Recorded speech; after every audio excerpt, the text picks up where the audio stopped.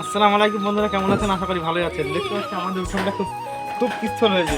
আমরা একটু মজা করিনি।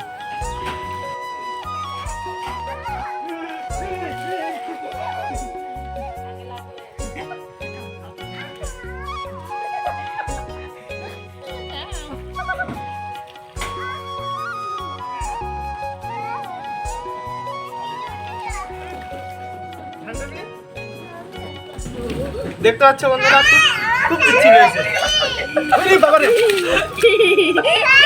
বন্ধুরা দেখতে পাচ্ছ প্রচুর স্লিপ হয়েছে, প্রচুর।